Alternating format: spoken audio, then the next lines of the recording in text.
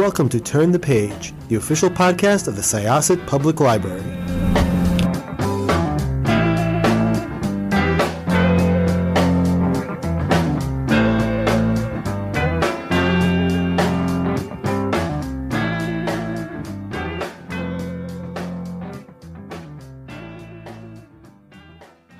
Welcome to Syosset Library's Turn the Page podcast. My name is Jessica. I will be hosting today, and I am here with the author of Not the Dead Ones, which is the 23rd novel about Alaska PI Kate Shugak.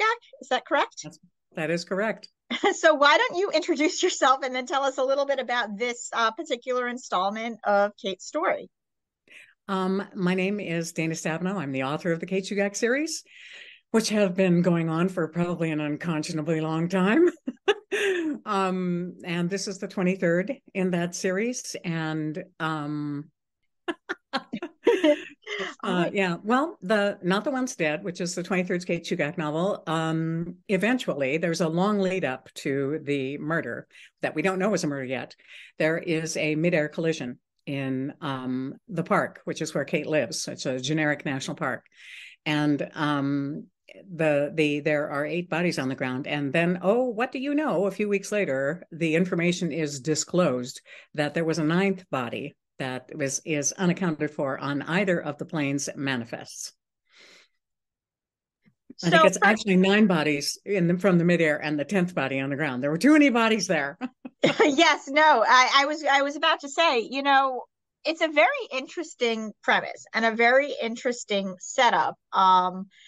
And, you know, like you mentioned, there's a buildup and we don't want to give anything away, really. There's a lot of threads going on in the story, which are very interesting.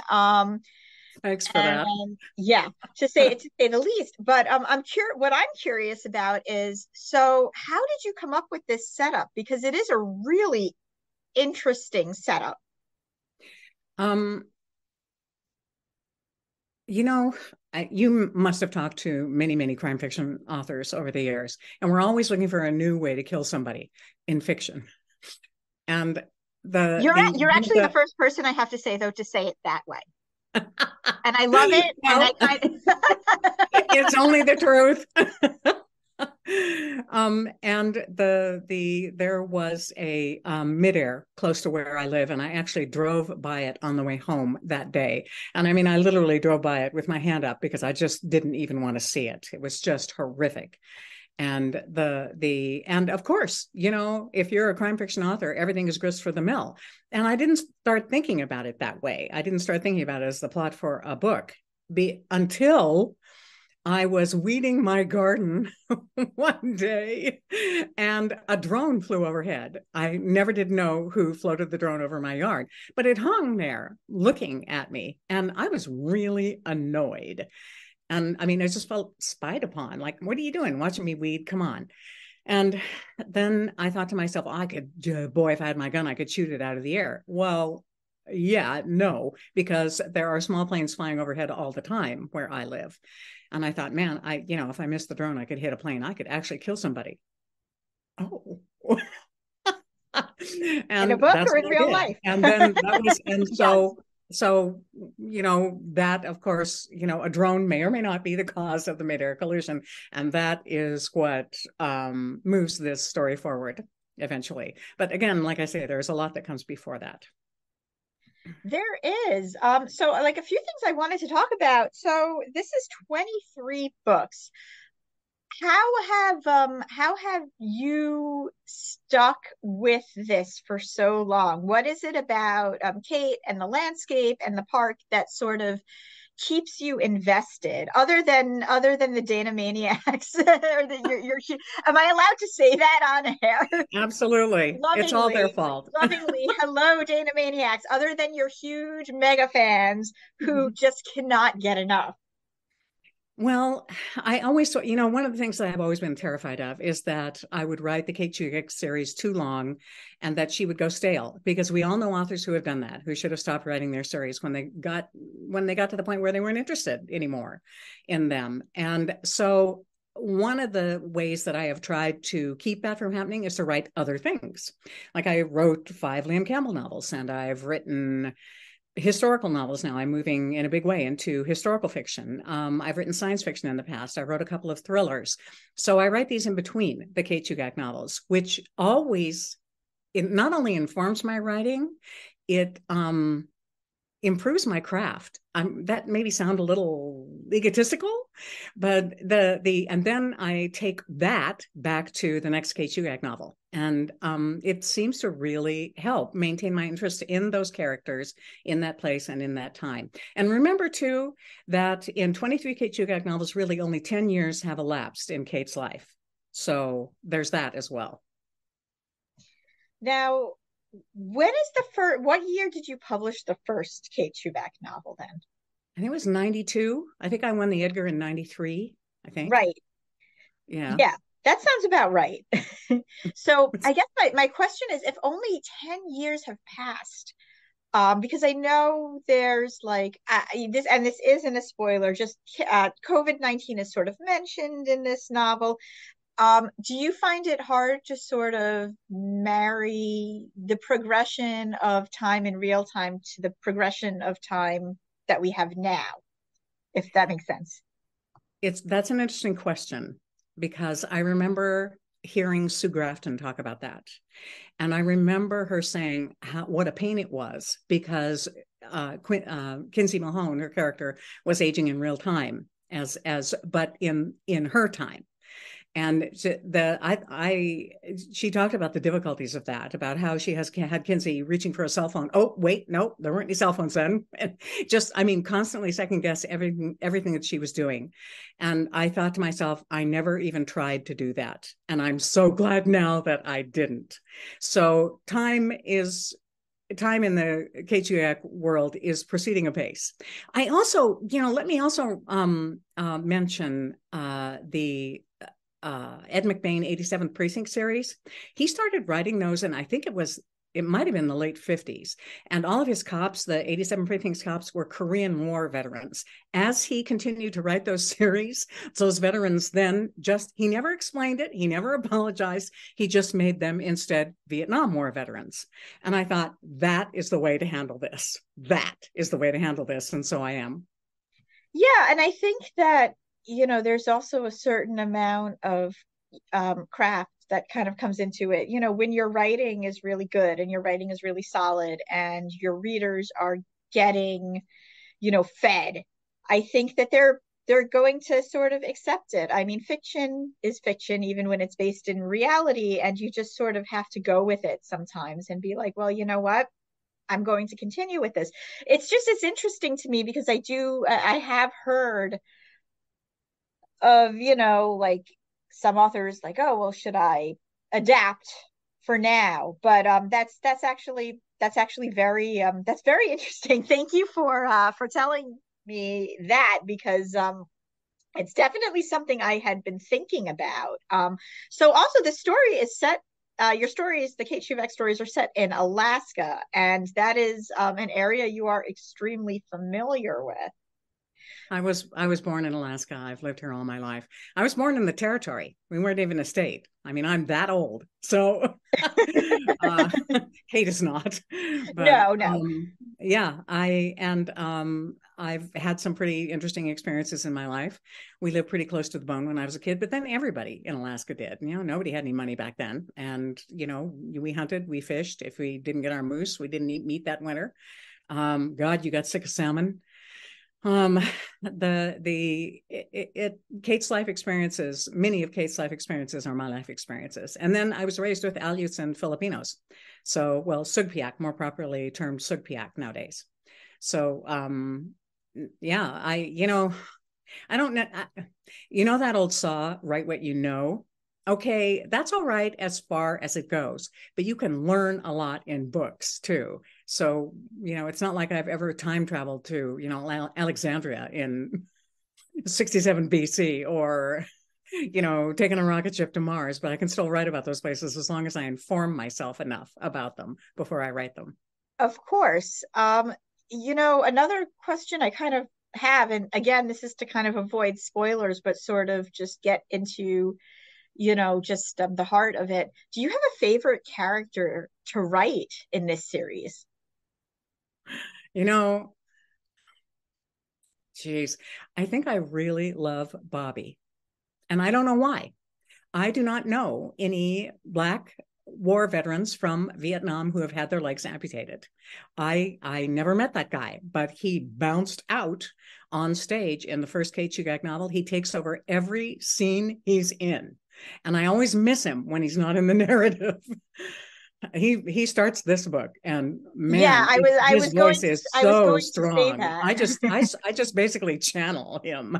I mean, I don't mean to sound like it just I mean, I just sit back and it's like I'm typing his words and he's telling them in my ear. It's probably sounds a little silly, but that's what it feels like sometimes. He's very real to me. No, I was going to say he does start this book off, and it was very much appreciative. Yeah, no, he definitely is a scene stealer, and I can see why you feel that way about him. I also, the aunties are very interesting as well. Oh, I love the aunties. Do you have like a favorite part of writing them, or just in general, they're kind of like a presence? I think they first came on stage as a group, I believe, in the book Killing Grounds, when they essentially take over that narrative. Bobby isn't in that book, but they definitely are, and they're front and center. And it's only looking back years later that I realized that the aunties come from a lifetime spent, witnessing the lives of Alaska Native women that I have known. They're all moving into positions of power, and they all have moved into positions of power. They're running everything. The villages, the village tribes, the Native associations, the regional corporations. We even elected one to Congress this year. And it's that's the aunties. That's where the aunties come from, and Jim's board comes from. Yeah, and of course now Kate is trying to be strong arm. The aunties are trying to strong arm and Kate into filling an auntie position, and she's fighting them every step of the way. I honestly don't know how that's going to end. So you don't. So wait a second. So you're not even sure what direction they're going to pull her in. She was strong armed into being on the Nunalna Association board, and that did not go real well at first. And she got off it as soon, and she did her best. She did her job. She fulfilled her responsibility to her people, to her tribe, to her community. And then she got off it as fast as she could and found someone else to take her place. Someone she didn't like very much, but that she thought would be capable in that position. But she was out of there as fast as she could be. So I wouldn't put it past her to figure out a way out of being an auntie either. Although that is a pretty difficult job to get out of. Another, I guess, character I wanted to ask you about was Mutt, the half wolf. Oh. Are there a lot of people who have pets like that? Who have pets that have are half wolf or wolf? Not a lot. Yeah. Mutt is an extremely civilized half wolf, half husky. I was going to say, I mean, I actually have a friend who has 4 huskies, and it's like he has a pack of wolves running through his house, but like my husband always says, well, that's 1 meal away from a wolf. But yeah. I myself would not have a part wolf dog. I wouldn't do it. I don't trust myself to be that much on my guard or to trust an animal. I mean, wolves are wild animals. They're very cool critters. There are many cool critters out there in the Alaskan wilderness. I'm not going to make a pet of a grizzly bear either. So that's poetic license, Mutt. That's not to say that mutts don't exist. Yeah, they do. And of course, they interbreed among species, and especially out where the wolves run wild and somebody's got a dog in heat. Yeah, of course, it happens. Sure. So what was your favorite part about writing this particular installment of Kate's story?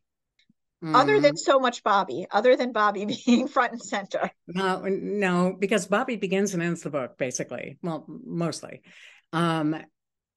I would have to say Bernie's experiences, trying to be as vague as possible, because that has actually been happening.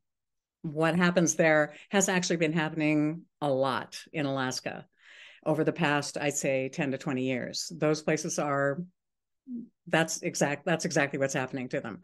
And I thought, okay, reality bites. Let's see what happens. Yeah, that's kind of what I wanted to answer around that, because it is a big part of the story. And unfortunately, that is unfortunately happening in a lot of places to different degrees. Um, you know, I I guess like my question is, and this is not to sort of dig into it too much, but do you ever feel sort of reluctant to dig into something so current or things that are that topical? Or, do you kind of feel like, no, this is it. This is, sort of what has to inform this particular story? This kind of crap happens to all of us. And it's not the fact of it happening to us that matters, it's how we react to it that does. And what I love about this particular situation is that the community, we get to watch the entire community reacting to it.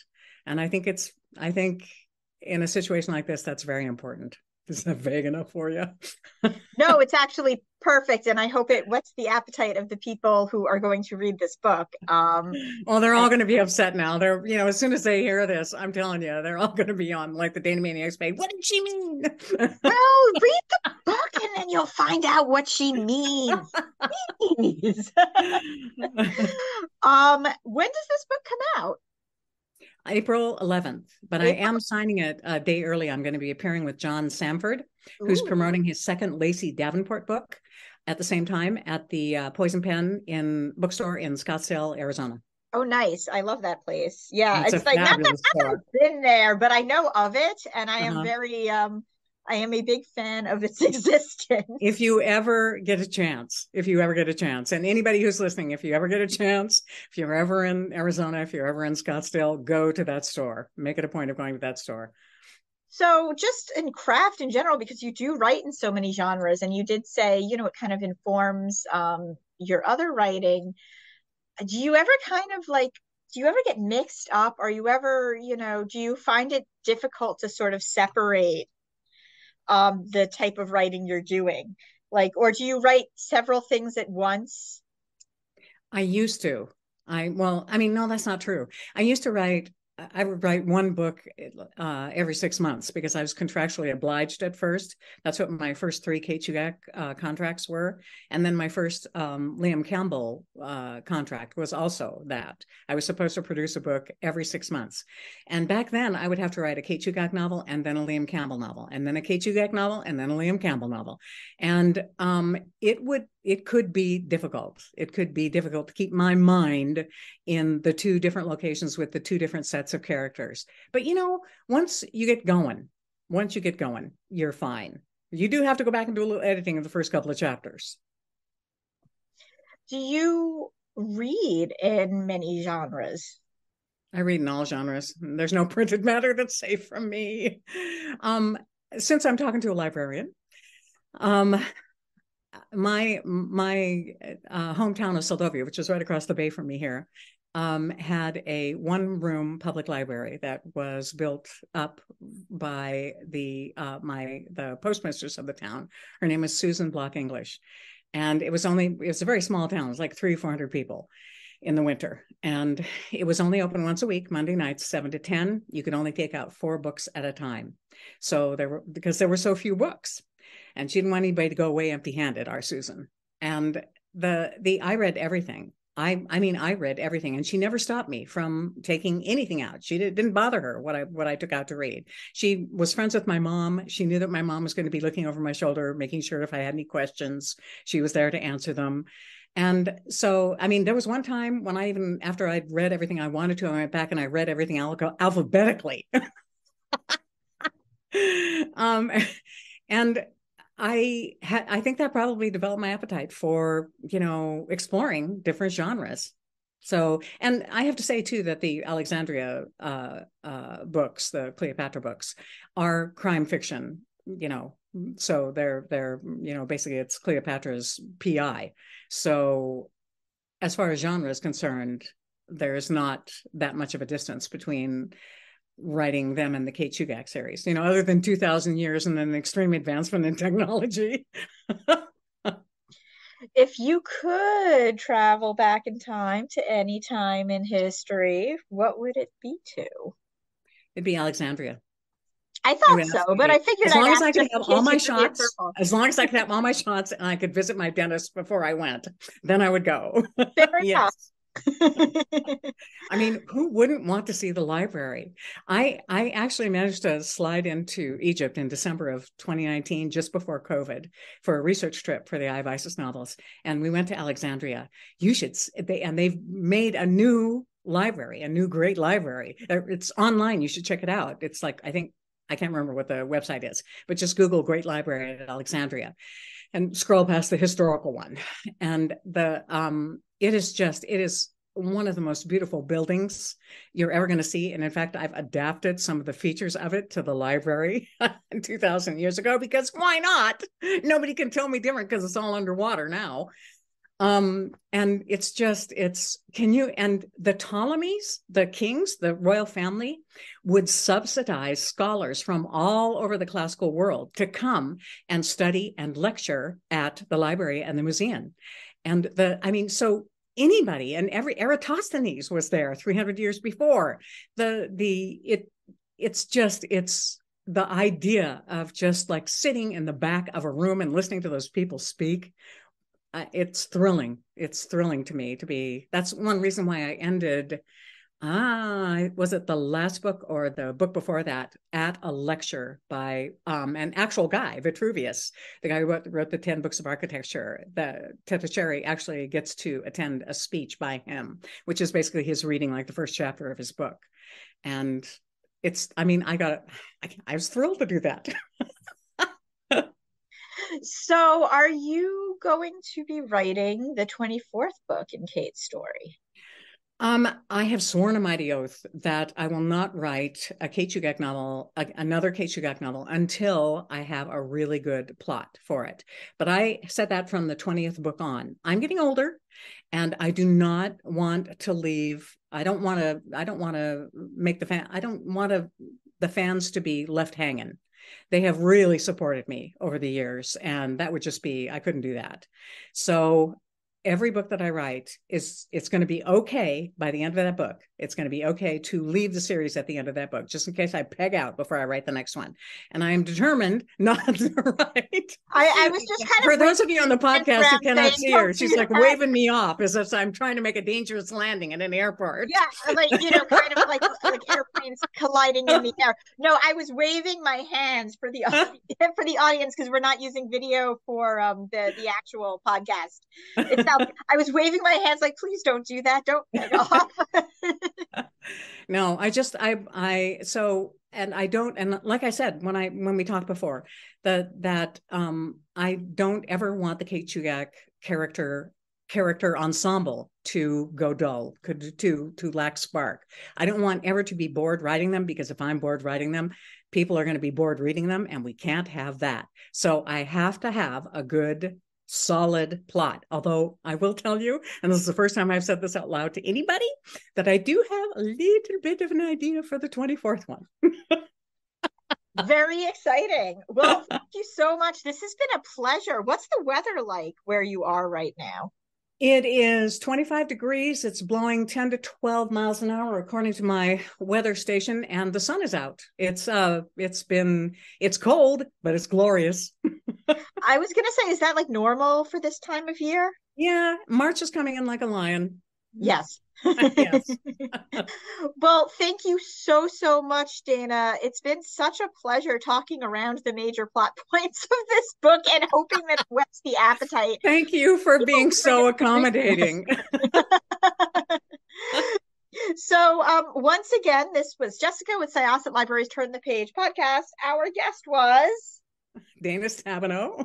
And we are going to close this chapter of Turn the Page. It's time to close this chapter of Turn the Page. Join us for the next episode.